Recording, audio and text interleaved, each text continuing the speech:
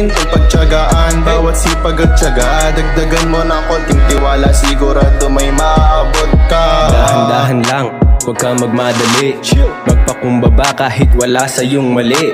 Huwag mong isipin kanilang mga sinasabi, tignan mo ko chill lang, pakapi-kapi. Tapos sila nai-stress na, wala akong pake. Akala ko dati ang buhay ay sobrang dali, pero hindi. Mahirap kapag wala kang sipag at tiyaga.